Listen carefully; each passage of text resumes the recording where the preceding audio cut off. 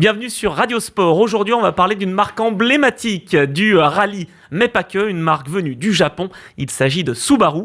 Je suis Anthony Drevet et on entre tout de suite dans notre motorhome.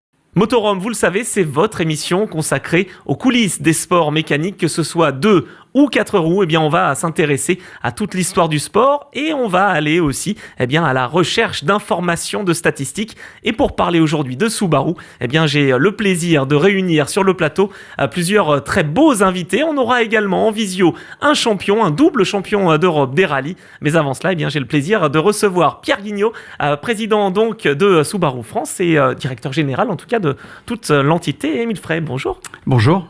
Merci d'être présent. Merci pour votre invitation. Avec grand plaisir, on va parler de Subaru Europe, Subaru France et de tous les nouveaux modèles aussi qui vont arriver. C'est ça. Parce qu'il y a beaucoup de choses qui vont arriver justement dans les prochains mois en France, justement sur de la gamme électrique. Et on va bien sûr parler de tout cela. On va parler aussi de l'histoire de Subaru en compétition avec un spécialiste, ancien rédacteur en chef de échappement et échappement classique. C'est William Pack. Bonjour William. Bonjour. Merci beaucoup de ta présence. Merci de l'invitation. On va parler de Subaru. C'est une marque qui t'a marqué d'ailleurs. Oui, tout à fait. Elle a accompagné mes années à échappement puisque je suis arrivé à échappement en tant que rédacteur en chef en 1993. Lancement de l'Impreza et donc voilà, et tout ce qui s'en est suivi avec Colin McRae et tous les champions et Simon Jean-Joseph en France. Donc plein de choses vécues et qui m'ont marqué effectivement.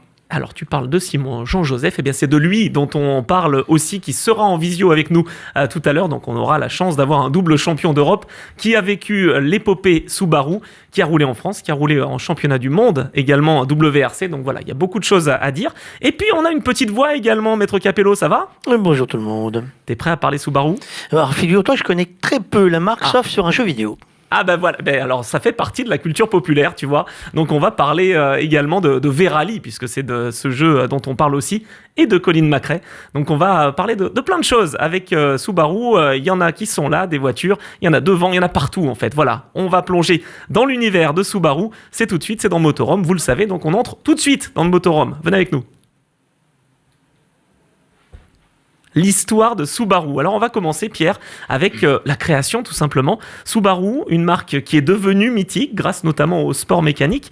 De quand date la première création, j'allais dire, de Subaru ? Années 50, c'est ça ? Oui, c'est ça, mais avant de répondre à ta question, est-ce que vous savez ce que veut dire Subaru ? Alors, je crois que je le savais, mais... en japonais, bien sûr. En japonais, évidemment. Alors, je vais reprendre mes fiches parce que maintenant, c'est un amas d'étoiles, c'est pas ça ? Constellation. C'est ça, donc d'où le logo. Et effectivement, marque au-delà de la constellation, et c'est une belle image quand même quand on est dans l'automobile. Subaru, il y a la voiture, mais aussi l'aéronautique, hélicoptère, ainsi de suite. Donc c'est une grosse activité au niveau mondial. Mais avant ça, c'est aussi une volonté du gouvernement japonais à l'époque pour aller intervenir sur des lignes à haute tension. Au nord du Japon, il y avait beaucoup de neige. Et donc le gouvernement est allé voir ses ingénieurs dans le pays et a dit: est-ce que vous pouvez pas me créer une marque, en tout cas un moyen de locomotion pour aller opérer sur ces lignes haute tension, dans la poudreuse. Et là est née l'ingénierie Subaru. Donc on parlera peut-être un peu plus tard du 4 roues motrices et de la transmission et des châssis. Mais cet héritage d'ingénieur, en tout cas cet ADN d'ingénieur chez Subaru, vient d'une demande à un moment de l'État pour un besoin de la société. Et on retrouvera aussi cette dimension sociétale, notamment en Amérique du Nord, parce qu'en fait ça n'a jamais lâché la marque. Et aujourd'hui, Subaru est la marque la plus, on va dire, engagée dans la défense des parcs nationaux, de l'environnement, devant d'ailleurs toutes marques confondues, c'est-à-dire pas que des marques automobiles. Et donc ça aussi, c'est à noter parce que je pense qu'il y a un côté pionnier et puis un côté aussi durable dans l'histoire de Subaru. Et voilà. Et pour revenir à la date, en fait, l'histoire ne s'arrête pas parce qu'on est dans les années 50 et on est en 2025 et on parle toujours de Subaru. Et encore plus aujourd'hui en Europe avec ce retour électrisant, on va dire. C'est vrai. J'aime bien le slogan Confidence in Motion, qu'on a l'habitude de dire aussi. Mais il y a également la possibilité d'être passionné, drive what you love. Ouais. C'est vraiment quelque chose qui est l'ADN de Subaru, en fait. C'est ça. Après, dans cette première partie, on va en parler parce que c'est la passion du sport automobile et la passion de la voiture tout court. Et c'est vrai que, je vais me qualifier quand même de jeune génération encore. J'ai le droit. Voilà. Les années 80, et c'est vrai que quand je suis arrivé à la tête de Subaru il y a maintenant 18 mois en tant que président de Subaru France, on va en parler, mais Colin McRae, la voiture de la gendarmerie, WRX, les jantes en or, c'est vrai qu'il y a beaucoup de marques qui sont allées sur ces codes-là, et finalement Subaru le porte naturellement, comme le bleu d'ailleurs, ce fameux bleu Subaru. Donc il y a quand même des codes qui ont marqué l'histoire de l'automobile, et ça fait du bien finalement au 21e siècle dans cette trajectoire un peu de révolution industrielle pour l'automobile, de se raccrocher à des codes finalement de plaisir. Et on a eu l'occasion, en tout cas dans ces 18 derniers mois, moi j'ai eu la chance d'aller au Japon plusieurs fois, rencontrer les ingénieurs, essayer les nouveautés, comprendre un peu comment cette marque vit de l'intérieur. Et c'est vrai qu'il y a quand même une sorte de jusqu'au boutisme de l'ingénierie. Et à tout moment, tout est fait en fait pour le plaisir de conduire et revenir sur la base de ce que font le mieux les Japonais en général, c'est-à-dire la maîtrise de la technologie est parfaitement maîtrisée en plus. Donc c'est vrai que c'est un bonheur de représenter cette marque, et c'est encore plus un bonheur de la relancer. On peut parler de relance quand même, parce qu'en France, on a été malmené malheureusement de ces dernières années par la réglementation sur les moteurs thermiques.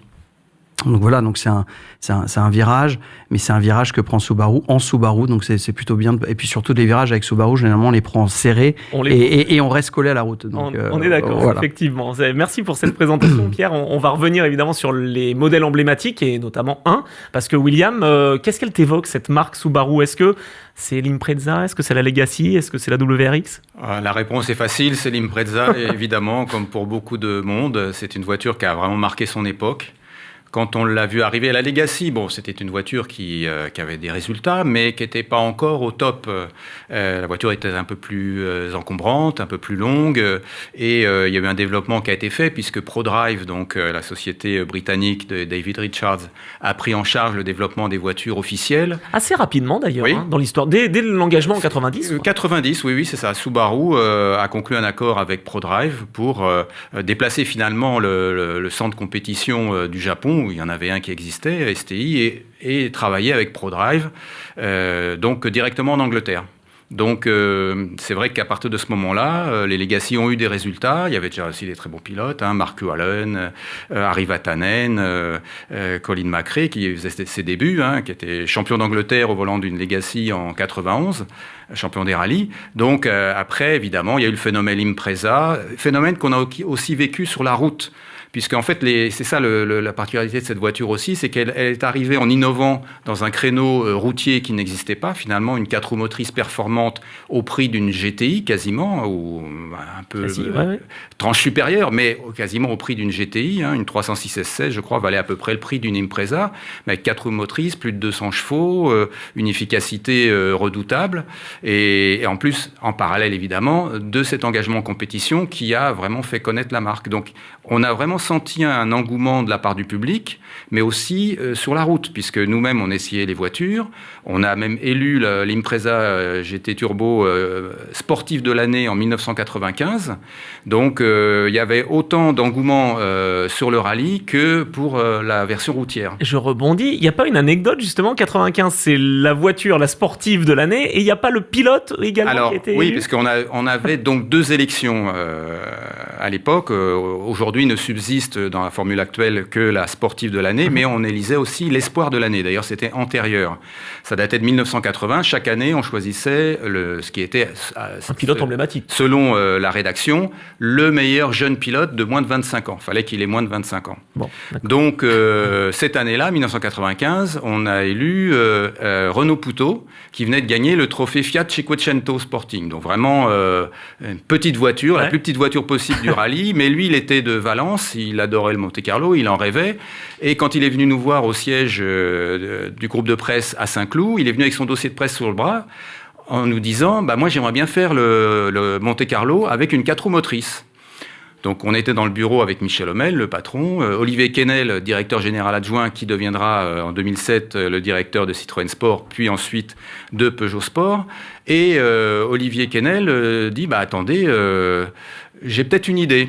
On est devant lui, il est à son bureau, il décroche son téléphone, il appelle Jean-François Pardet, qui était à l'époque le patron de Subaru France. Il dit voilà, j'ai un jeune pilote qui est espoir de l'année, il aimerait bien faire le Monte-Carlo avec une 4 roues motrices, est-ce que tu aurais une solution pour nous ? Jean-François Pardet dit OK, je vous rappelle dans 5 minutes. On était toujours dans le bureau. 5 minutes après, Jean-François Pardet rappelle, il dit écoutez, j'ai une Subaru Impreza Group N qui a fait le championnat de terre avec Sylvain Polo.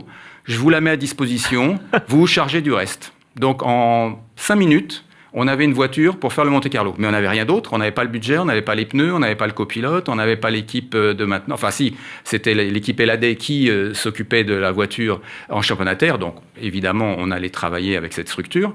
Mais c'est vrai que tout s'est enchaîné très vite. On était début décembre, ce qui est déjà très tard, pour s'organiser pour un Monte-Carlo qui démarre en janvier. Il faut faire un peu d'essais avant, éventuellement, mais des reconnaissances. Enfin bon, c'était vraiment ric-rac. Mais on a réussi à monter l'opération. Igol, partenaire de Subaru, a fait un chèque. Renaud Poutot avait un partenaire personnel qui a fait un chèque. On a appelé Michelin. On a négocié les pneus en échange publicité. Et donc tout ça s'est passé en quelques jours.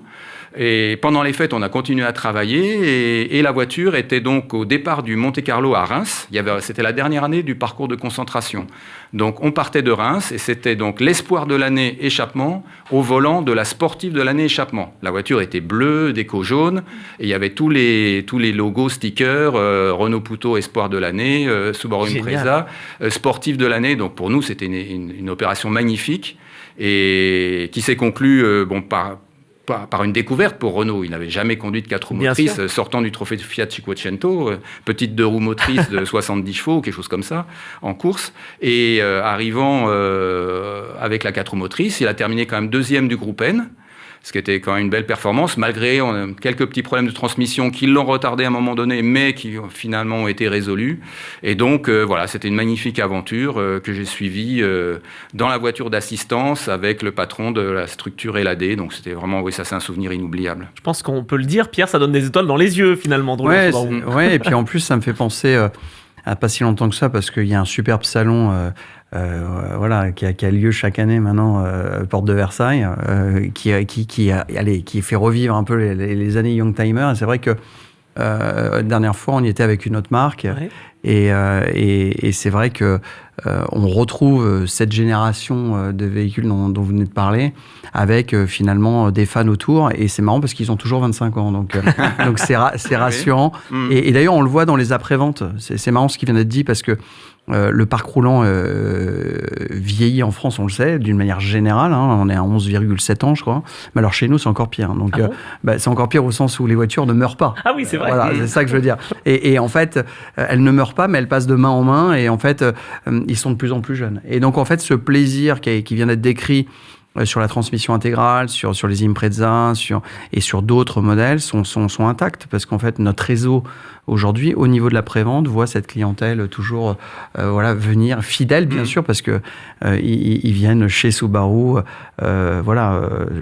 entretenir leur Subaru. Donc voilà, c'est pour le petit clin d'œil, mais je crois que le rallye fait finalement ces années rallye, et on parlait de jeux vidéo tout à l'heure.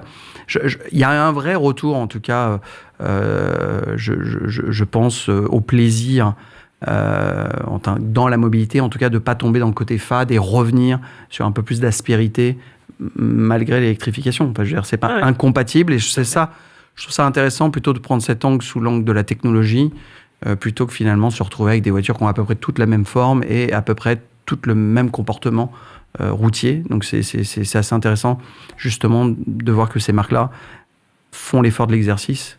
Et voilà, et quand c'est exécuté par Subaru, voilà, qui a été élu d'ailleurs, je rappelle, marque la plus fiable au monde 2024, Consumer Report. Donc c'est quand même aussi un bel hommage à rendre aux ingénieurs. Ça, c'est vrai. Voilà. T'en prenais soin, toi, des Subaru sur tes jeux vidéo, Maître Capello? Je suis pas sûr. Ah, mon mince. Mais tu sais que j'ai cru lire, vous me dites si je me trompe, que Subaru, ça veut aussi dire se réunir. Si je me trompe pas. Alors, je vais pas vous contredire. Moi, je suis plus sur la constellation, d'où le logo, mais je vous crois. Et du coup, on peut se mettre en double fil sans culpabiliser. Voilà. Je vous laisse réfléchir. Ça, je sais pas si c'est recommandé. En tout cas, on se rend compte que l'ADN quand même de recherche, l'ADN de la compétition, ça a toujours fait partie de Subaru. Alors, c'est vrai que récemment, Subaru maintenant revient par intermédiaire d'un engagement avec le World Superbike. Ça a été quand même un point fort, j'imagine, pour la marque, en termes de reconnaissance, le fait de faire partie de compétition auto. Oui, définitivement, mais c'est vrai que, et c'est pas anodin, je pense, de revenir sur le WSBK dont vous faites allusion, donc le World Superbike. En plus, dans ma carrière, moi j'ai eu la chance de passer 17 années, on va le dire, on a le droit, chez travailler pour Honda. Donc, on dit tout. Donc non seulement j'ai l'expérience, je pense, des marques japonaises, mais en plus d'une marque japonaise qui est aussi présente en moto et que je retrouve d'ailleurs sur le WSBK. C'est pour ça que j'en parle, parce que finalement, je trouve ça très osé et très intelligent de la part de Subaru de finalement d'être allé à la rencontre de ce monde-là, parce que ce sont des passionnés et penser que des motards sont pas passionnés par des deux roues, sont pas passionnés par des quatre roues, c'est une erreur. Et il y a ce côté sportivité, bien évidemment. Alors, en plus, le safety car dont on fait allusion aujourd'hui, c'est le seul terrain, va évoluer bien sûr dans le temps, parce que le partenariat est sur une longue durée. C'est un partenariat européen. En plus, ça nous permet d'évoluer sur les circuits européens, parce qu'on a la chance de pouvoir justement évoluer avec ces Subaru-là sur parc, enfin pendant les séances fermées sur circuit. Donc, il y a une réelle expérience en plus qui est ouverte à des prospects clients et au réseau. Donc, il y a une vraie logique de partenariat. C'est pas purement juste un safety car pour mettre un safety car. Oui. Il y a toute une approche derrière. Il y a un investissement de Subaru au niveau Europe, au niveau du motorhome, de l'animation. Voilà, donc c'est très intéressant. Nous, on a fait il y a pas longtemps Manicourt. C'était il y a pas si longtemps que ça, c'était au mois de septembre. Et c'est vrai que énormément de monde sont là.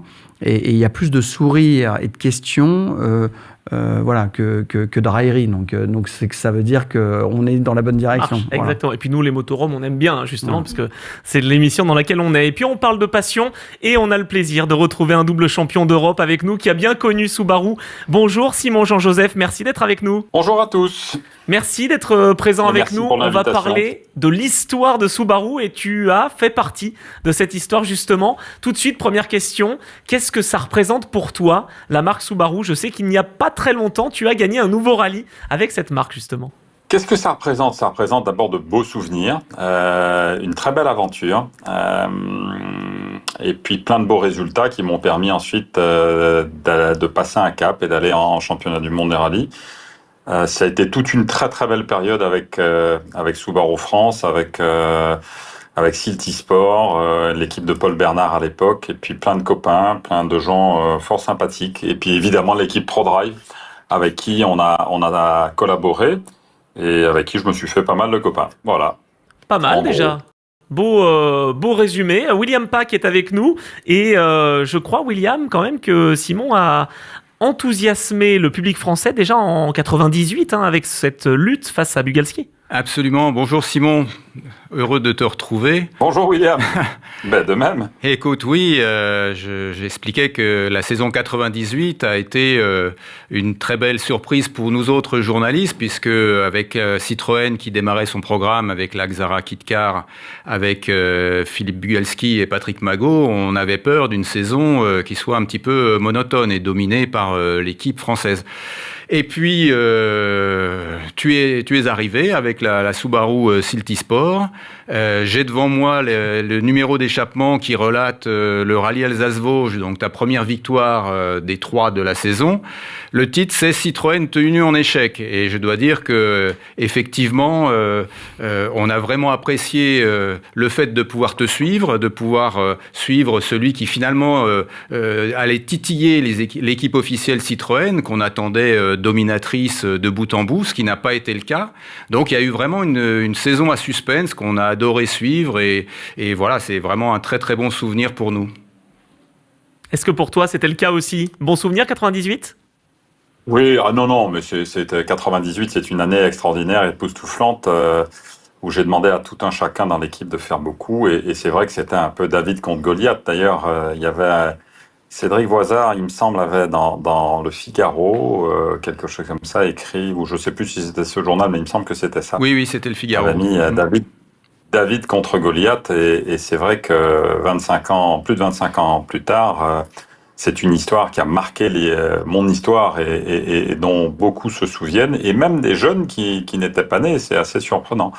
Et c'est vrai qu'on peut se poser la question de ce que serait devenu Citroën et tout ce qui a été fait par la suite s'il n'avait pas gagné ce titre en 98, parce qu'il le perd, enfin il le gagne pour 4 dixièmes, sans rentrer dans les détails, mais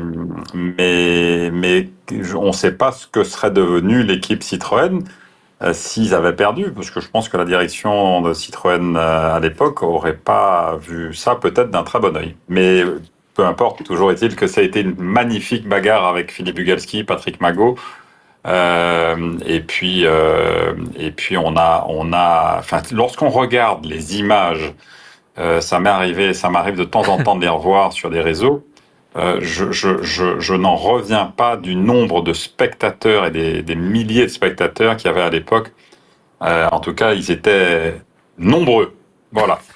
Ça, c'est clair. Et puis, l'histoire de David contre Goliath, c'est un petit peu aussi ce qui s'est passé en 2003 avec Peter Solberg, qui va encore battre justement Citroën en championnat du monde des rallyes face à Sébastien Loeb. Donc finalement, Subaru, ça a été un petit peu le caillou dans la chaussure, j'allais dire même plus, à cette époque-là aussi. Simon, toi? Oui, enfin, c'était pas tout à fait comparable, parce que moi, c'était vraiment un commando que j'avais monté autour d'une équipe Silty Sport. Paul Bernard m'avait donné la liberté de m'organiser comme je le souhaitais, et on avait un petit commando.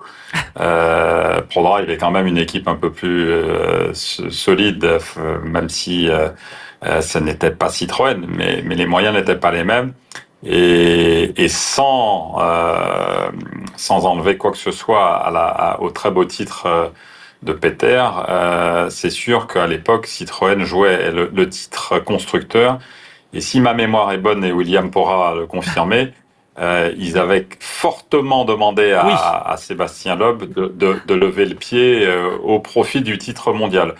Ce qui a été très bon joueur de la part de Loeb, parce qu'il aurait pu lui-même décrocher son premier titre en 2003, selon moi. C'est vrai, bah oui, on s'en souvient. Il y avait Carlos Sainz qui avait eu un problème mécanique juste avant le rallye, et donc Sébastien devait terminer, quoi. Alors oui, je confirme ce que dit Simon.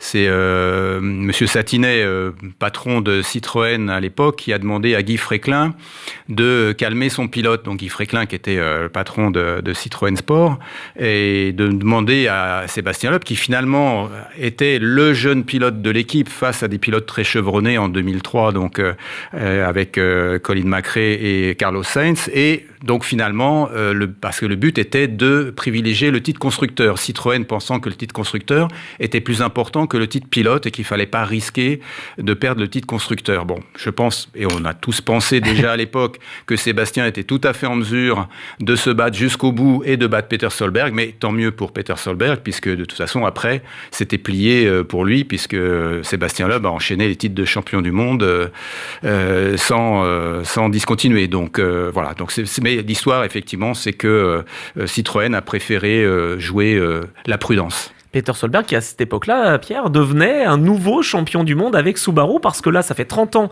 que le regretté Colin McRae a décroché le titre. Il y a eu aussi le titre du regretté également Richard Burns.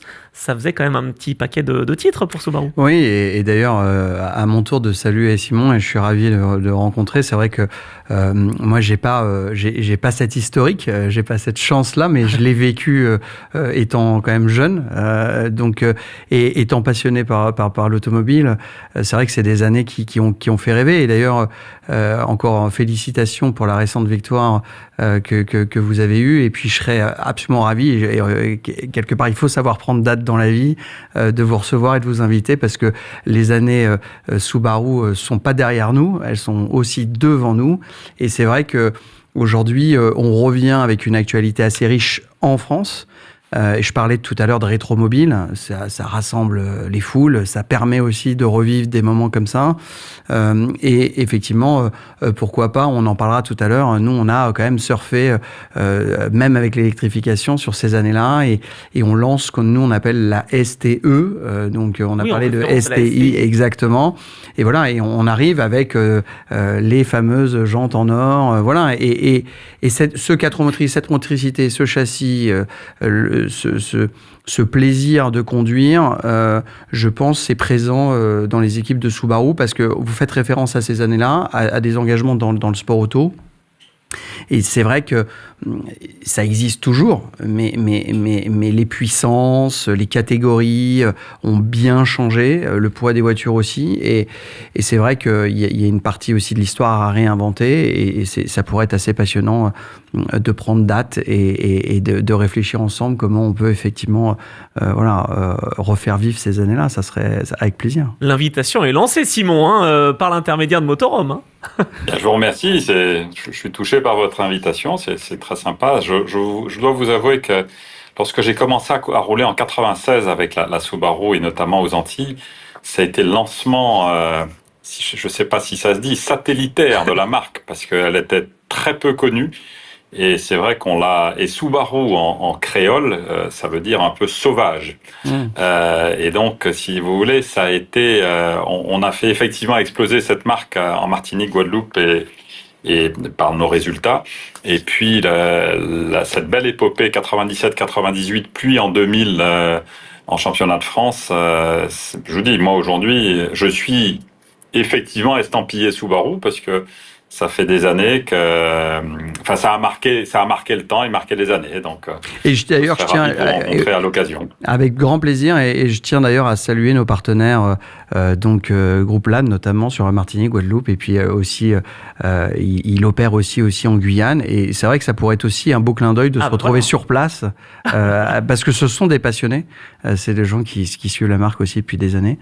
Et donc, ce sont des passionnés, et je pense que je sais que Caroline, dans l'équipe aussi au niveau de la presse, dans les années Subaru, a eu la chance d'aller sur ces magnifiques îles où il y a, si je dis pas de bêtises, et on l'a vu dans la presse, encore des rallyes, je veux dire des épreuves qui rassemblent avec soit des voitures historiques, soit des voitures récentes. Donc oui, c'est un beau terrain de jeu, et ça peut être l'occasion aussi de relancer la marque. Voilà. Il y a de l'engouement, ça c'est clair. Simon, tu sais que tu fais partie des 4 Français qui ont roulé avec Subaru en championnat du monde. Il y a eu François Chatriot, il y a eu Didier Auriol, un rallye, et oui, et il y a eu Stéphane Sarrazin, bien sûr aussi.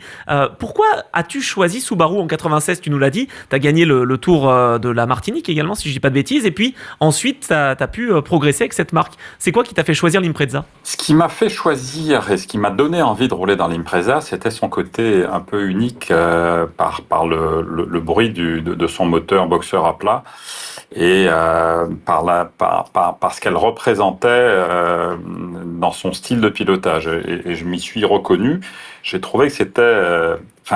j'ai eu le coup de cœur, et j'ai tout fait pour justement convaincre André Lannes à l'époque, qui est toujours le concessionnaire Subaru, de m'aider un petit peu à l'échelle où il pouvait le faire pour que je puisse faire l'acquisition de cette première voiture en 96 et poursuivre ensuite jusqu'en 2000 avec un petit intermède en 99. Mais enfin, et donc voilà. Et puis mes bonnes relations avec Subaru ont fait que j'ai pu, grâce à Juha Kankkunen qui n'était pas un fervent défenseur du Tour de Corse, et enfin c'est pas qu'il n'était pas un fervent défenseur, mais c'est qu'il était moins asphalte, se sentait pas particulièrement à l'aise de rouler sur l'asphalte, Et compte tenu du travail que je faisais pour Subaru depuis quelques temps sur le développement de ces voitures en championnat du monde sur l'asphalte, j'ai eu l'opportunité en tant que pilote d'essai de faire donc 2 rallyes où j'ai d'ailleurs fait des temps scratch. C'est de là où j'ai fait mes 2 temps scratch en championnat du monde, avec malheureusement pas les résultats escomptés, mais en tout cas de très belles perfs et surtout de très beaux souvenirs et d'excellents moments passés avec l'équipe ProDrive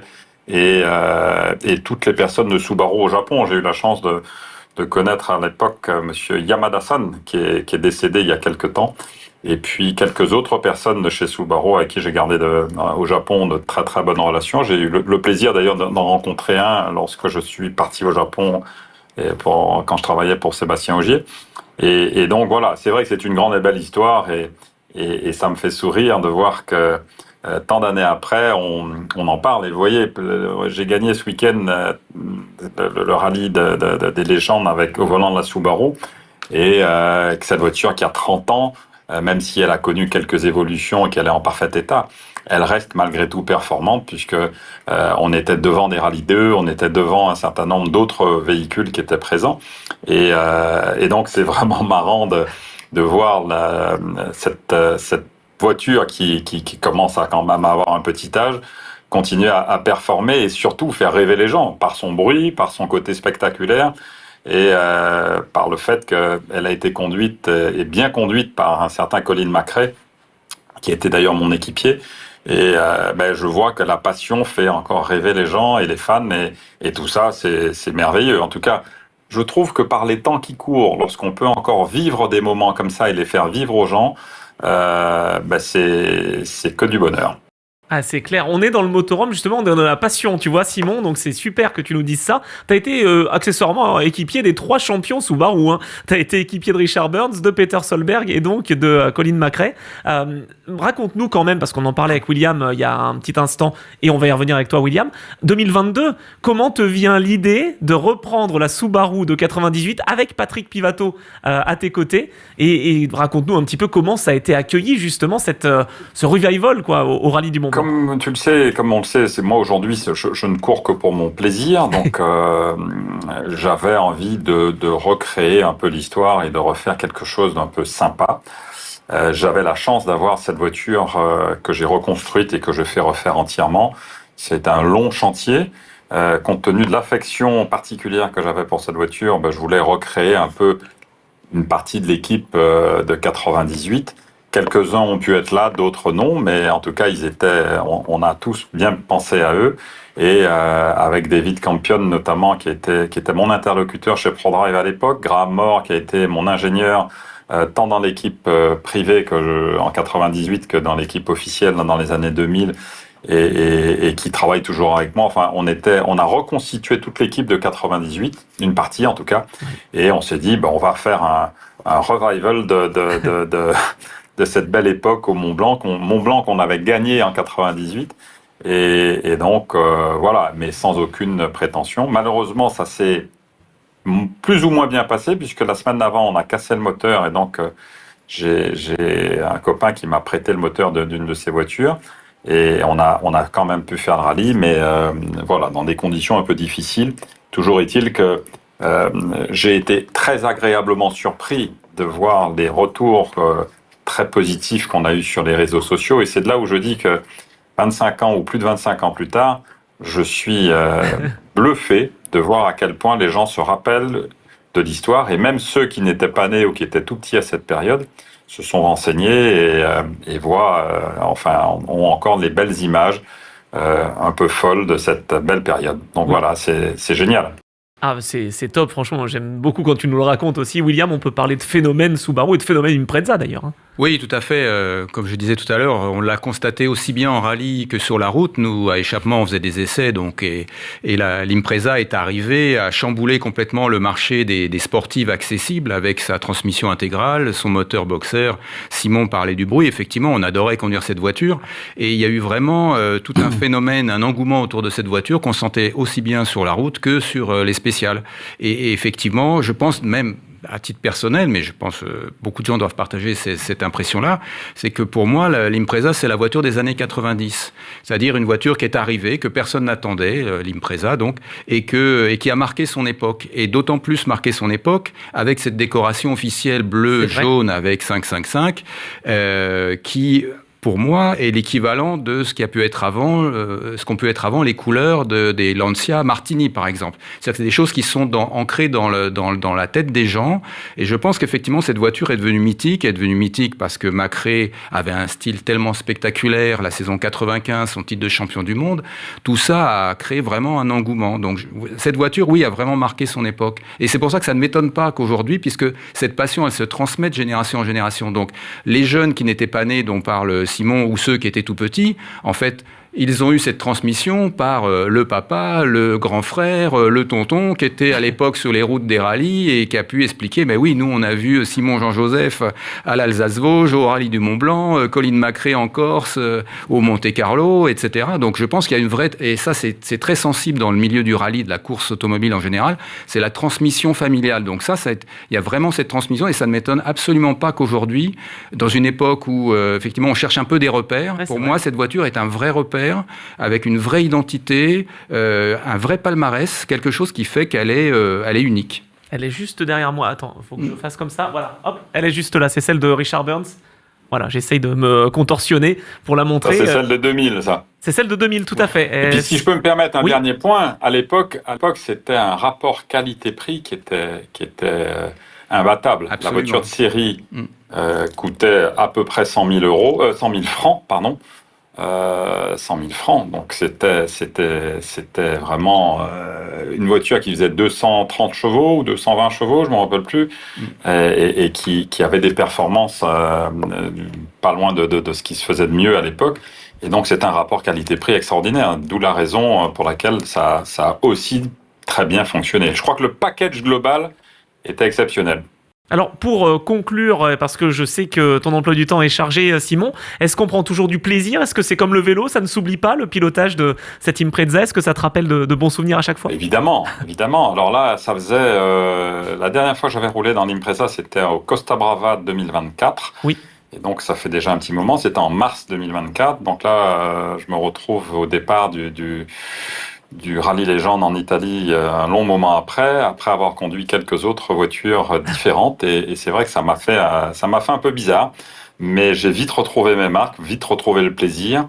Et sincèrement, avec Patrick, on a passé un moment exceptionnel. D'abord dans la voiture, parce que la voiture est très agréable à conduire et marrante, efficace, comme je disais, même 30 ans après. Et ensuite, de partager ce moment avec l'ensemble des fans venus de toute l'Europe, c'est vraiment génial. Et donc, on s'est retrouvé avec de très bons copains, des bons pilotes.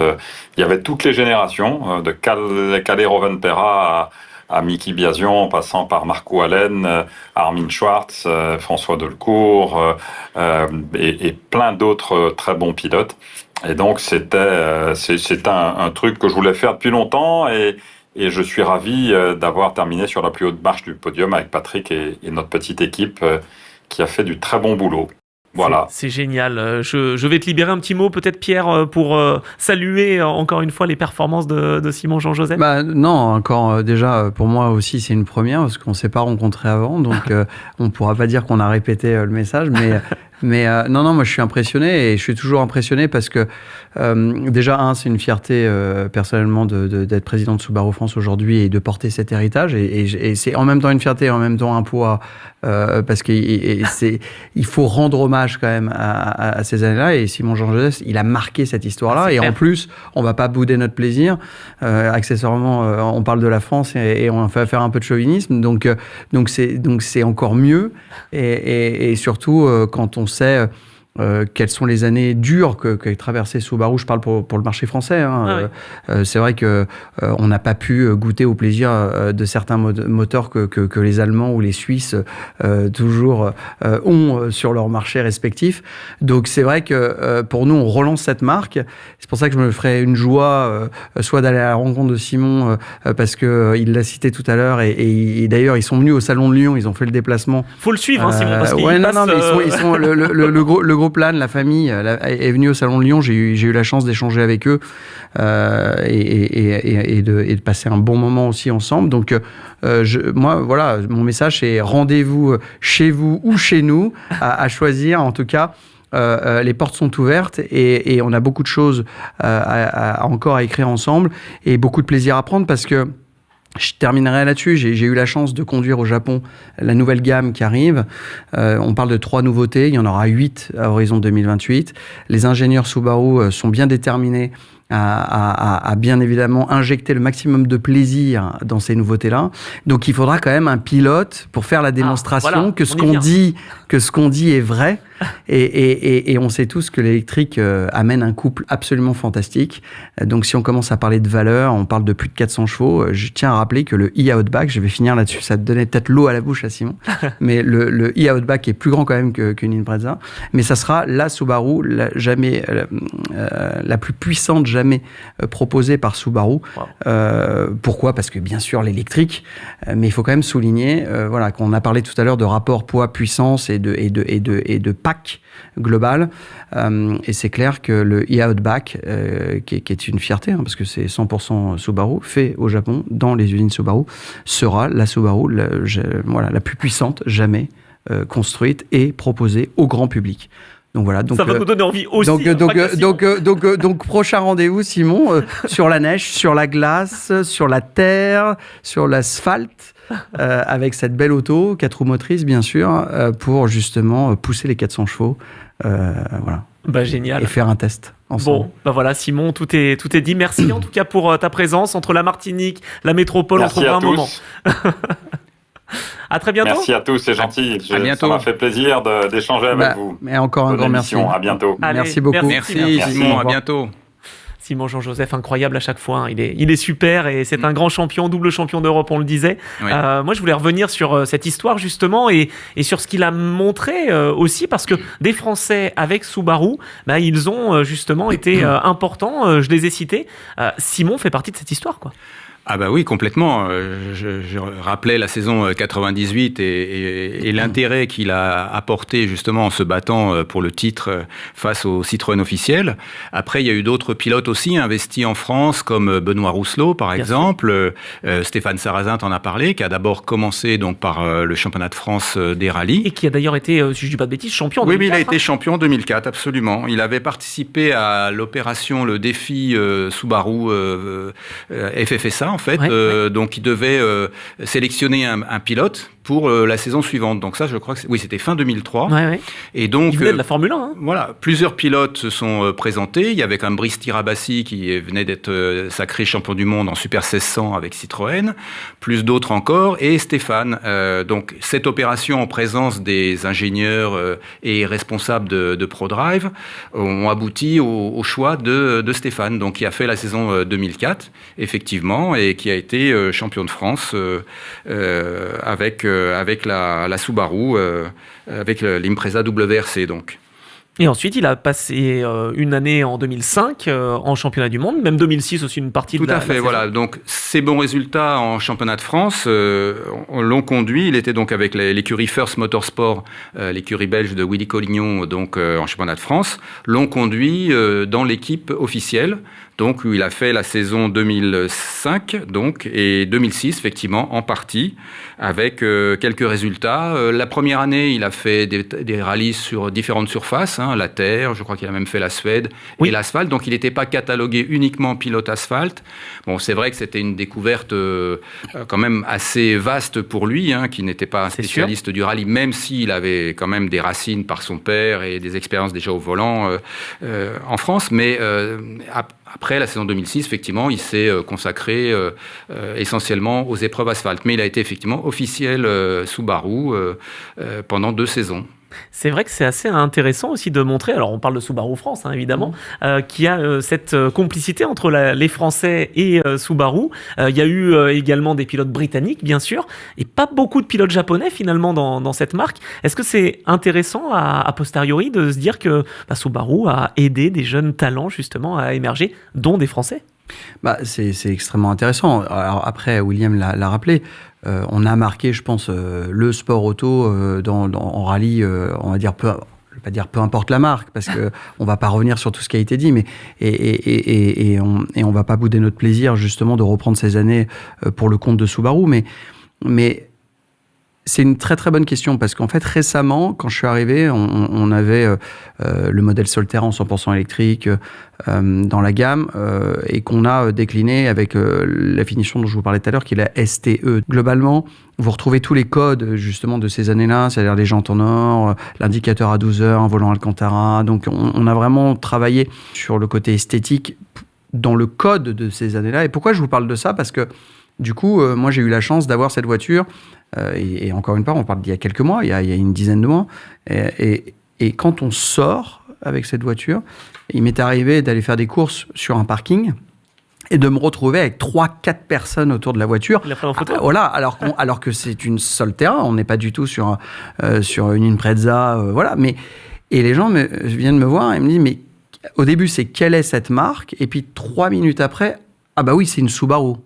Donc ça répond un peu à votre question, c'est-à-dire le côté instantané du code, voilà, des jantes en or, de tout le travail qu'on a fait sur cette STE sur la Solterra, et d'ailleurs qu'on va perdurer dans la nouvelle gamme et qu'on va décliner, ça réveille, oui, dans l'inconscient des Français, ce qu'on disait tout à l'heure, c'est-à-dire grâce à à WRX, à ces années, aussi à la voiture du gendarme. Faut la rappeler, on en a une belle d'ailleurs au bureau, la numéro 1, enfin je veux dire celle qu'on a équipée pour la gendarmerie, et qui a marqué aussi les esprits, peut-être pas dans le même sens, mais voilà, donc oui, c'est passionnant de réveiller des codes et en fait de le faire tout à fait naturellement. Il n'y a pas on force pas le trait, on tire pas sur la ficelle d'une manière trop forte. C'est juste naturel, et en fait c'est ce qu'on a envie de faire parce que là on parle du rallye, mais il y a d'autres aspects qui ont marqué l'histoire de Subaru. Je parle en termes de visuel, ce qu'on appelle maintenant le outdoor, donc le côté un peu off-road qui est aux États-Unis peut-être beaucoup plus démocratique encore, mais c'est vrai que on a cette culture rallye qui colle à Subaru en France, et peut-être qu'on s'attachera aussi à élargir cette culture. Je ne veux pas dire qu'elle est trop restrictive, pas du tout, mais c'est une partie de l'histoire de la marque. Il y en a eu d'autres, et on aura peut-être l'occasion d'en parler, notamment aussi dans l'innovation qu'a pu amener Subaru dans ces années, dans ces plus de 70 ans de culture automobile. Ouais. C'est vrai que Subaru a quand même lancé beaucoup de projets aussi, beaucoup de voitures. La 360 qui est juste là, voilà, qui a été la première finalement à être... qui est à l'entrée du bureau. Voilà. Elle est ici, dans Motorhome. Voilà. On va peut-être la garder, attention. Celle-là est bleue, la nôtre est blanche. Ah non, ça va, alors c'est bon. Si on a mais c'est vrai qu'on parle de Kekar, aujourd'hui Kekar européenne.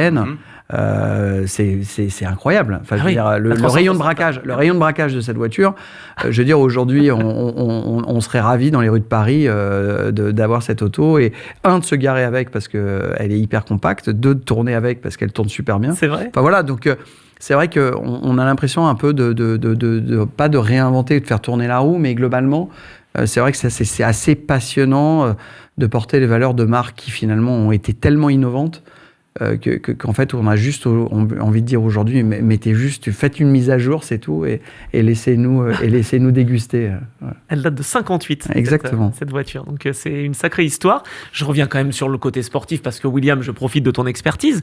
Est-ce que les couleurs justement ont aidé aussi, comme elles ont été emblématiques, à faire connaître et vraiment dans l'imaginaire des gens se rappeler que Subaru était là, et il y a pas que Colin McRae, mais il y a eu beaucoup de champions du monde qui ont roulé dans ces voitures iconiques.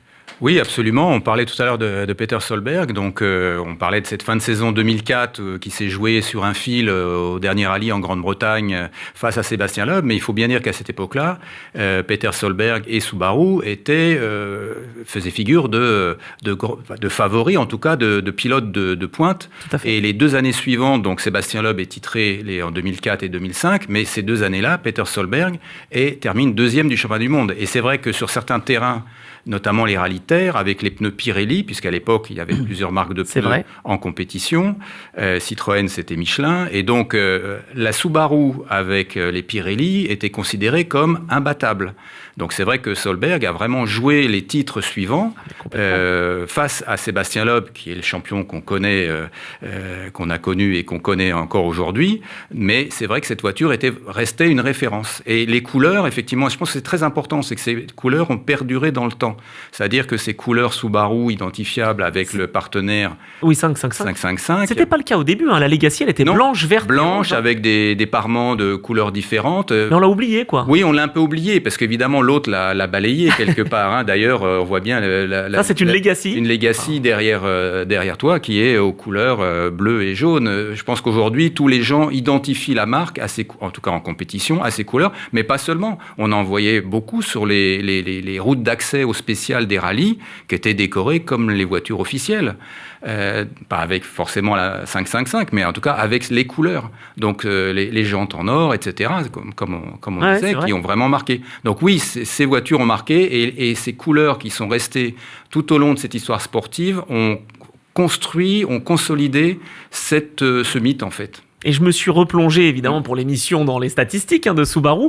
On voit quand même qu'il y a 9 titres de vice-champion du monde en rallye. Oui. C'est pas rien, c'est-à-dire qu'on est toujours pas loin de la vérité. Non. 3 titres de champion avec 3 champions emblématiques. Peter Solberg, Hollywood, comme on l'appelle. Oui. Richard Burns, qui était magnifique et qui vraiment était un pilote excellent. Et puis Colin McRae, qui était tout feu, tout flamme. Et 3 titres constructeurs enchaînés 95, 96, 97 quand même. Exact. Ça veut dire que cette voiture était, sur l'ensemble d'une saison, même s'il y avait d'autres pilotes champions, était quand même la plus régulière. Carlos Sainz, qui était donc équipier de Colin McRae, a terminé 2 fois deuxième du championnat sur les 2 saisons où il était présent. Oui. Donc en 94 et 95. Alors moi, je voulais revenir là-dessus, justement, William, désolé de te couper. Carlos Sainz, un double champion du monde, accepte de venir chez Subaru. Harry Vatanen, Markku Alén, Juha Kankkunen. Subaru a fait rouler que des champions, en fait. Oui, tout à fait. Carlos Sainz sortait, donc il avait ses 2 titres chez Toyota en 1990 et 1992. Après une année difficile avec une Lancia Delta vieillissante. Et donc, effectivement, je pense que l'offre de Subaru était la bienvenue pour lui. Et effectivement, c'était la bonne pioche, puisque l'Impreza a été la voiture du moment qui a vraiment émergé. Alors que la Legacy avait des qualités, signait des performances, mais ne dominait pas comme ensuite l'Impreza a dominé. Elle a quand même offert la première victoire, si je ne dis pas de bêtises, à Colin McRae. Absolument. Première victoire de la marque en Nouvelle-Zélande avec Colin McRae en 1993. Donc c'est une voiture qui compte. Ah, bien sûr que la Legacy a été le jalon indispensable dans l'histoire, puisque ça a démarré avec la Legacy en 90.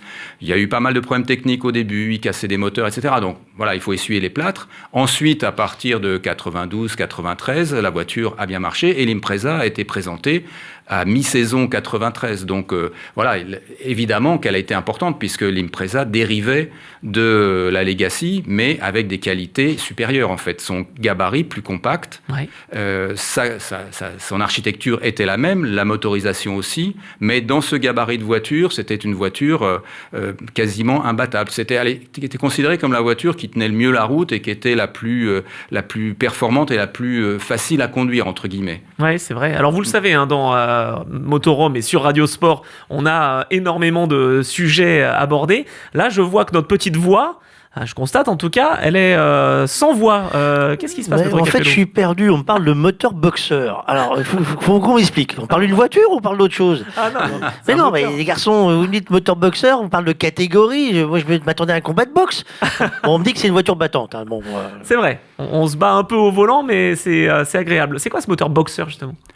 C'est un moteur, c'est l'appellation pour les moteurs à plat. Les moteurs Porsche sont des moteurs à plat, comme les moteurs Subaru, c'est-à-dire que les 2 rejets de cylindres se font face, mais à l'horizontale. C'est au contraire d'un moteur en V, où les 2 cylindres adoptent une forme de V, ou en ligne, les 6 cylindres sont en ligne, les uns à la suite des autres. Donc voilà, c'est une disposition qui permet d'avoir un centre de gravité très bas.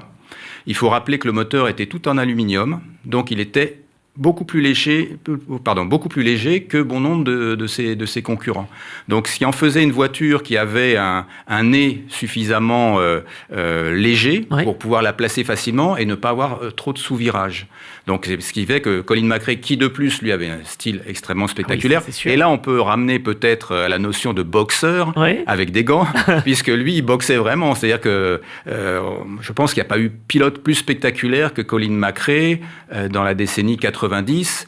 Et je dirais que même après, pour faire une petite digression, il a souffert puisque les WRC plus modernes des années 2000, dont la Citroën Xara WRC quand il était officiel, nécessitaient une conduite beaucoup plus coolée. C'est-à-dire on ne jetait pas la voiture, ou en tout cas beaucoup moins, mais lui avait gardé son style de pilotage avec une voiture qu'il fallait conduire beaucoup plus en trajectoire, ce que savait très bien faire Sébastien Loeb. C'est ce qui a fait qu'il a d'ailleurs pris le pas très vite et que Colin McRae a souffert de ce nouveau type de voiture. Mais l'Impreza était faite pour lui en fait. C'était vraiment le couple, c'est la réunion des deux. Mais c'était le couple parfait.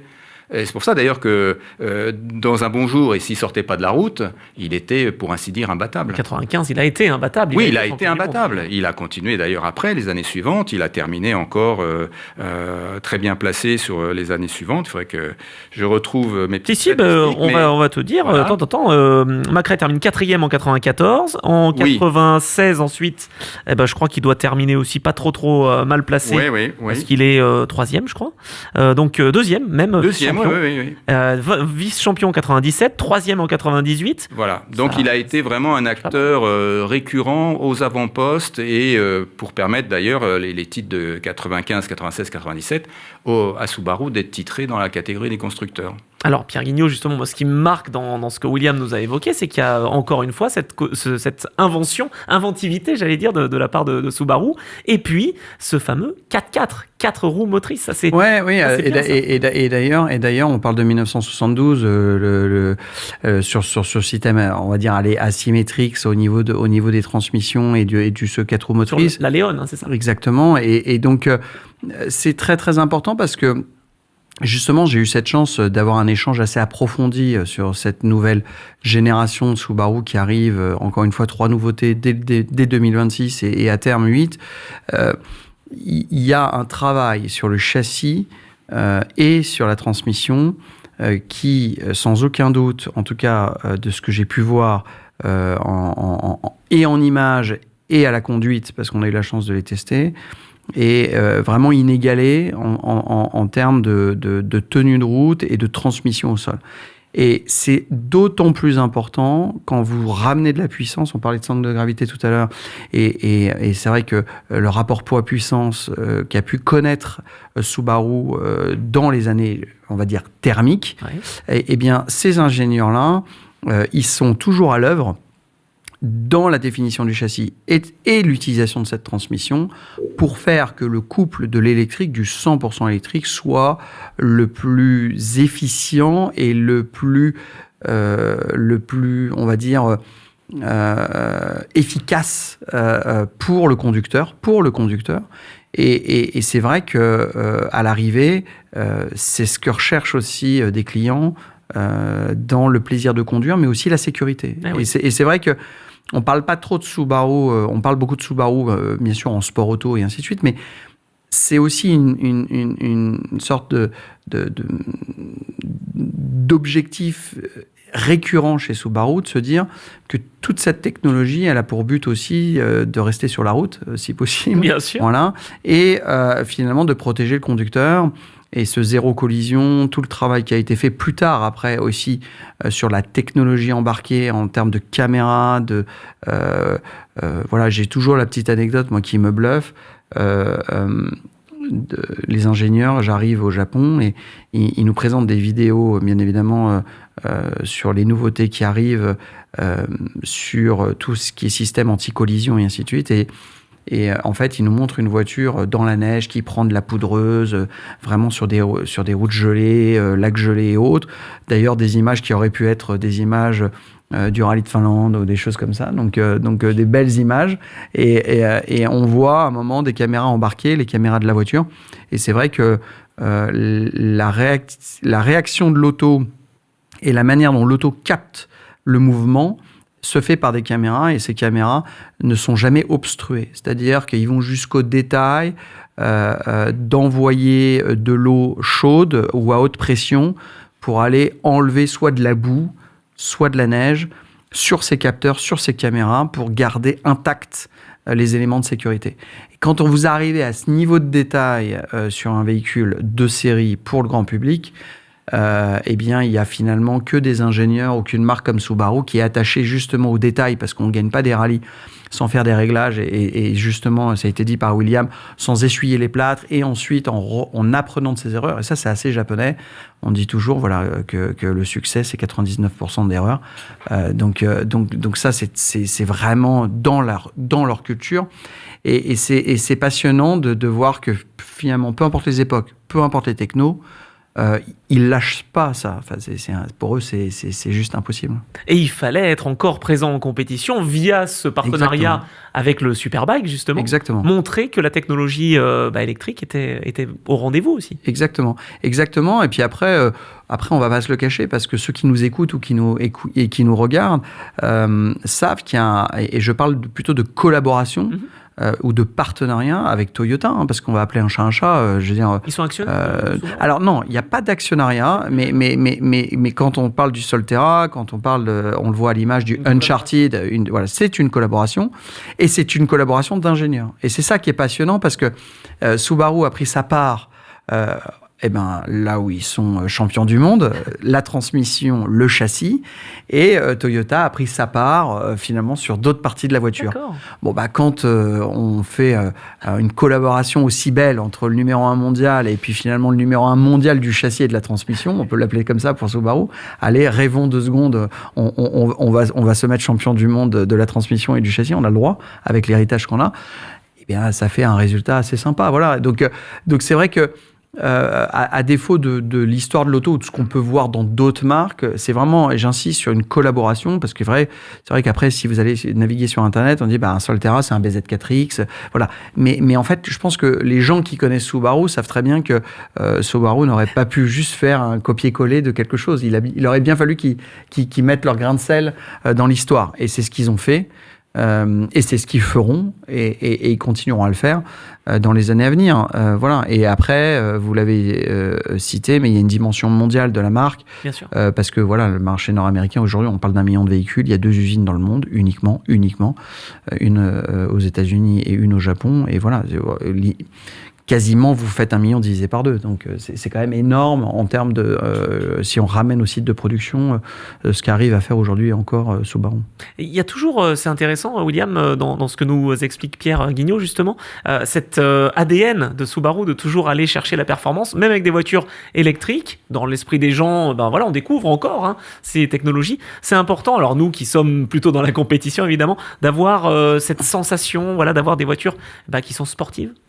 Oui, je pense surtout garder les qualités qui ont fait la marque au fil des décennies et le passage à l'électrique ne doit pas effectivement changer complètement ça. Au contraire, il faut garder ses valeurs, il faut garder cet héritage et ce qui fait que la marque a une reconnaissance auprès du public, de part, on en a parlé de ses exploits en compétition, mais aussi parce que en termes de voitures routières, c'était des voitures extrêmement sûres, 4 roues motrices. Dès que vous partiez dans une région montagneuse avec de la neige, vous étiez très content d'être au volant d'une Impreza.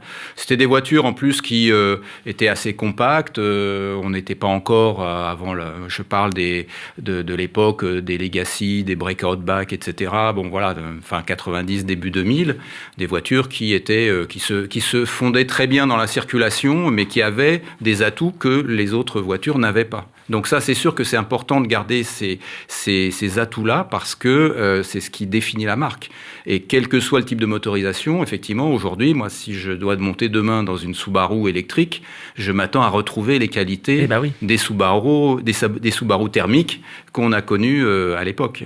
Est-ce qu'on va retrouver le son du moteur ? Parce que tout à l'heure, Simon nous parlait de son choix aussi typique par le son du moteur, mais là, le moteur Boxer, on le passe à l'électrique, et le son, on l'achète sur quoi ? On le télécharge sur Internet ou pas ? Il y a une application. C'est marrant parce que j'ai envie de vous livrer un secret, c'est-à-dire que c'est une très belle intervention parce qu'on y a bien évidemment pensé et on y travaille ardemment et oui, on a envie de faire rentrer le bruit des moteurs Subaru dans des voitures électriques. Et d'ailleurs, des marques le font déjà aujourd'hui. Ouais. Pour le plaisir des conducteurs. Donc, avec Subaru Japon et Subaru Europe, on a déjà évoqué, on a trouvé la solution technique.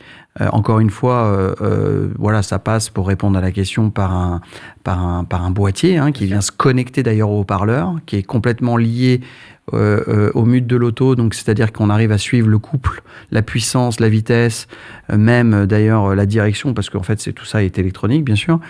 Et donc, et on pourrait effectivement choisir son moteur de prédilection, donc son bruit Subaru, bien sûr, de prédilection, évidemment, et re-rentrer dans l'héritage à la demande, parce que si ça agace certains, ils coupent, et si ça amuse d'autres, ils le mettent toujours en on. Donc oui, on y travaille, et oui, on voudrait bien évidemment, sur les modèles qui arrivent, proposer ça, en option, accessoire, vous l'appelez comme vous voulez. Ça va te rappeler les jeux vidéo, Maître Capello? Ouais, je vais bruiter moi-même la voiture. C'est comme les enfants qui jouent avec les miniatures. Je suis sûr que tu fais pareil avec les voitures. J'en ai là. Je suis persuadé. Mais c'est vrai que c'est important, ce côté passion, ce côté transmission, justement, pas que transmission aux roues et sur la route. Les 3 modèles, ils vont vraiment avoir une importance pour Subaru France dans les mois, les années à venir là. Et absolument énorme. Enfin, énorme au sens, quand je dis énorme, en volume, on se le souhaite, on verra. Ça dépendra de nos clients et aussi des personnes qui redécouvriront bien sûr, qui découvriront Subaru.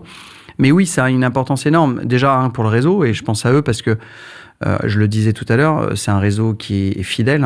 Quand vous rentrez dans un réseau comme le réseau Subaru, on en a parlé tout à l'heure, il y a des gens qui ont distribué Subaru depuis des dizaines et des dizaines et des dizaines d'années. Il y a des amoureux aussi, des garages de proximité qui servent l'après-vente, qui réparent aujourd'hui un parc roulant toujours présent en France, bien sûr plutôt situé sur des régions montagneuses, on va dire, oui. mais globalement qui fait vivre toute l'époque Youngtimer. On parlait de Rétromobile tout à l'heure, on peut les voir d'ailleurs, il y a des Subaru à chaque fois sur chaque édition de Rétromobile, nombreuses Subaru d'ailleurs présentes. Donc pour répondre à votre question, c'est extrêmement important parce que il y a ce réseau dont je viens de parler, qui est bien sûr impatient de pouvoir recommercialiser la marque parce qu'elle a été encore une fois, à cause des émissions de CO2, à cause de la fiscalité, à cause de l'environnement réglementaire, en France en tout cas malmenée, parce qu'on est arrivé dans les 4-5 dernières années sur des niveaux de vente qui sont proches du zéro. On parle de 50, 60, 70 unités, alors que la gamme est absolument intacte. Je dans le les répète. Autres pays du oui, bien, même en Europe, je veux dire, aujourd'hui en Europe, en Suisse par exemple, on a toujours, il y a un chiffre assez magique que j'ai en tête, la part de marché de Subaru en Suisse à plus de 1000 mètres d'altitude, c'est plus de 10%. Donc ce que je veux dire par là, c'est que c'est vrai que c'est des parts de marché dans l'automobile depuis 10%, c'est marque généraliste. Ça commence à faire beaucoup de voitures. Ouais. Et c'est vrai que cette notion de à plus de 1000 mètres d'altitude, c'est toujours assez rassurant quand on parlait tout à l'heure de sécurité et ainsi de suite. Donc oui, il suffit de traverser la frontière, d'aller en Allemagne, d'aller en Suisse, d'aller même en Espagne, en Angleterre, pour voir que Subaru est présent sur la route avec toujours des moteurs à plat d'ailleurs. Il y a eu Outback, Forester. Donc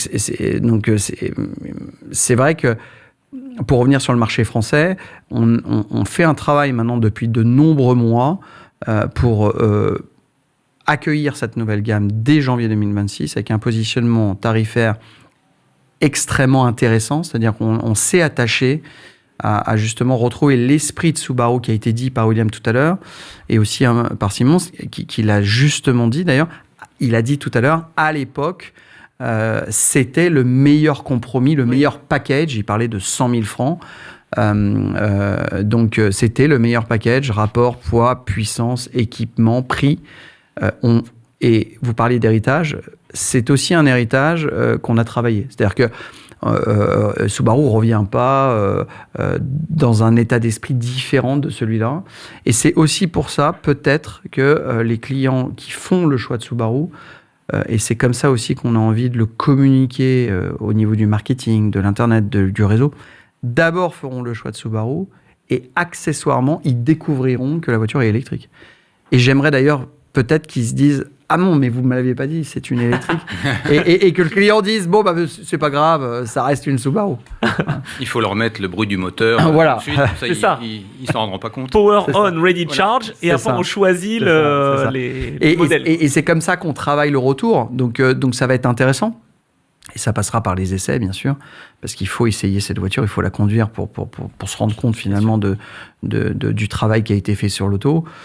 Et en tout cas, moi, ce qui me rassure, c'est que l'ayant essayé, Uncharted, qui est à l'écran aussi, Solterra, et alors le e-Outback, encore une fois, e-Outback, qui est une 100% Subaru. On parlait de collaboration tout à l'heure. C'est vrai que les 2 premiers modèles dont je viens de parler, c'est une collaboration, 50-50, 60-40, peu importe. En revanche, le e-Outback, c'est du 100%. Subaru, je ne veux pas dire que c'est le break de chasse qui pointe le bout de son nez, mais quand même. Et d'ailleurs, je suis admirablement et agréablement surpris de voir que l'automobile, dans ce segment-là, qu'on baptisait DSUV, enfin ce segment de voitures... Des breaks surélevés, quoi. Voilà, de plus de 4, aux alentours des 4,90 m, voilà, exactement, break surélevé, finalement reviennent plus avec un centre de gravité plus bas, ce qui est le cas du Outback, avec un coffre absolument gigantesque, et finalement plutôt dans l'esprit shooting brake que moi j'ai pu connaître aussi quand j'ai démarré dans l'automobile, où à l'époque, allez, on va le citer, on est sur un plateau, on parle d'automobile, Allroad V8 4 litres 2, qui a aussi marqué son temps à l'époque, en termes de puissance, de off-road. Voilà, donc c'est ces générations de breaks qu'on voit d'ailleurs réapparaître chez les constructeurs aujourd'hui, parce que j'étais au Salon de Lyon, il y a des projets dans d'autres marques qui ont été présentés, et on revient sur ce look du break, que moi j'appelle break de chasse un peu, et c'est vrai que voilà, on revient sur la praticité, sur l'espace intérieur, sur le fait de se dire bah, c'est ma voiture pour aller en vacances, mais c'est aussi ma voiture pour monter à la montagne, mais aussi pour faire du chargement, pour travailler, et ainsi de suite, quoi. Donc c'est une voiture à vivre, et il n'y a pas, je pense pas qu'il y ait de superflu. En tout cas, on met pas de vernis, on livre juste brut ce qu'ils savent faire de mieux, et on le retrouve d'ailleurs tout de suite quand on s'assoit dans l'habitacle, le volant il vient tout de suite. Enfin, c'est assez naturel, et on sent qu'il n'y a pas trop d'artifice dans la position du volant, dans la manière dont vous êtes assis, quand on prend en main l'auto. Donc c'est rassurant, et en même temps pour nous hyper challenging, parce que par définition il y a tout à réécrire, à reconstruire, et dire aux gens venez essayer, et on sait que de dire que venez essayer sans vous, sans le travail que vous faites, sans l'écho qu'on peut donner sur la marque, c'est très compliqué, voilà, d'émerger et de reprendre la parole, parce que là on a parlé d'années où c'était Bien médiatisé, sûr. il y avait, grâce à vous journalistes, grâce à des magnifiques magazines, on pourrait parler aussi pendant 2 heures de la presse automobile, hein. Bien sûr. Je veux dire, c'est On assez... pourra le faire dans Motorhome. Voilà, on pourra le faire, mais honnêtement, le papier se meurt, on part sur le digital. Je veux pas parler comme un nostalgique, mais c'est vrai que ces années-là, vous parliez tout à l'heure, ces années rallye, elles ont aidé. Elles aident parce que forcément, vous allumiez la presse, vous preniez un journal, tout d'un coup, boum, il y avait un titre, voilà, donc l'équipe ou autre, il y avait des pages là-dessus. Donc, et les gens allaient au bord des routes. Simon le disait tout à l'heure, le monde qui est autour de ces compétitions. Et je pense que c'est vrai que l'automobile se meurt un peu parfois de ça, qui générait finalement à l'arrivée du monde, de l'intérêt, et puis après à l'arrivée un vrai choix, comme on peut le faire d'ailleurs pour d'autres biens, hein. C'est vrai qu'il y a des gens qui passent des heures à choisir la marque d'une montre ou quelle montre ils vont acheter. Mais heureusement, on est rassuré quand on voit le monde et au Salon de Lyon, et à Rétromobile, et au Salon de Paris. Enfin, je veux dire, on voit bien que l'automobile fait toujours rêver, et qu'il y a du monde qui vient rêver dans les voitures. Voilà. Ça, c'est clair qu'on a rêvé. Subaru nous a fait rêver, je crois qu'on peut le dire. Oui, je pense. On le dit depuis le début de l'émission. donc Et même quand il n'était plus en WRC, parce que j'ai pour preuve l'échappement juste derrière moi. Bien sûr, puisque c'était quoi, 2010, sur la route, oui c'est ça, sur la route, les voitures, notamment là c'était une couverture quand l'Impreza, après la carrosserie 2 volumes qui n'avait pas vraiment plu, revenait, c'est pour ça que le titre c'était À la du coffre, à une version tricorps, qui était dans justement l'ADN de l'Impreza. Et donc, effectivement, il n'y avait plus d'engagement officiel en course, mais il y avait sur la route toujours un engouement pour cette Impreza qui retrouvait de plus sa forme d'origine, actualisée évidemment à l'époque, mais c'était une Impreza 3 volumes tels qu'on les aimait. Sans la compétition rallye, parce qu'on en a parlé pendant toute cette émission, je pense que Subaru n'en serait pas là aujourd'hui, si. Je pense que ça serait resté, avec ses qualités, probablement une marque de niche auprès des publics dont on parlait, en montagne, etc., sur des terrains un peu complexes. Hein. Mais je pense que sans la compétition, effectivement, c'est évident, elle n'aurait pas eu cette exposition, elle n'aurait donc pas eu cette renommée, et elle n'aurait pas eu cette aura qu'elle a eue et qu'elle conserve aujourd'hui. On parlait des fans, y compris des plus jeunes, des enfants de fans, et même voire des petits-enfants, qui rêvent des Subaru, parce que on en parle de la même façon que je parlais des Lancia Delta aux couleurs Martini, ça reste des voitures qui évoquent quelque chose à plusieurs générations. Les Audi Quattro, pareil. Les groupes B font rêver des jeunes qui ont 15 ans aujourd'hui. Bien sûr. Voilà, c'est terminé en 1986, le groupe B. Donc, ça veut dire qu'il y a des voitures qui marquent une époque et qui traversent les époques et dont l'héritage est transmis par la parole, par les magazines, parce que tout ça existe toujours. On peut les feuilleter et les gens qui ont des collections de magazines, c'est le papa, mais les fistons regardent aussi. Donc voilà, ça traverse les âges par ce biais-là. Ça, c'est le rédacteur en chef d'Échappement Classique, qui parle. Quand même, voilà, William. Voilà. Je vais conclure cette émission, Pierre, en demandant justement quand est-ce qu'on peut les retrouver, ces 3 modèles qu'on a évoqués, Subaru électrique. Est-ce qu'en France, ils vont arriver là, à la fin 2025 ou plutôt 2026 ? Alors non, dès janvier 2026, dans le réseau, et donc pour ceux qui nous suivent durant cette émission, restez en contact avec Subaru.fr, parce que bien sûr, sur le site internet, on mettra, et notamment... des formulaires s'ils sont intéressés pour faire des essais. Mais en tout cas, janvier, exactement, mais janvier 2026 pour le Sotera, suivi du Uncharted, dès le février-mars, on va dire, et IA Outback arrivera juste derrière. Donc, c'est 3 nouveautés finalement dans les 6 premiers mois de l'année 2026 pour Subaru en France. C'est parfait. Merci beaucoup, Pierre Guignot. Merci pour votre invitation. C'était passionnant. J'ai appris énormément de choses. Donc comme ça, William est le bienvenu, en tout cas, aussi chez Subaru France. Et j'espère, à minima, qu'on pourra lui faire essayer les 3 modèles très rapidement. Bon, on garde le créneau. Maître Capello aussi, on veut les essayer. On va essayer du sidecar, on va essayer des voitures sur simulateur. On va tout essayer, nous. Oui, si on me laisse faire le bruit dans la voiture. Ça, on vous garde, on vous fera choisir votre moteur. Allez. Voilà. Allez, parfait, le moteur boxer.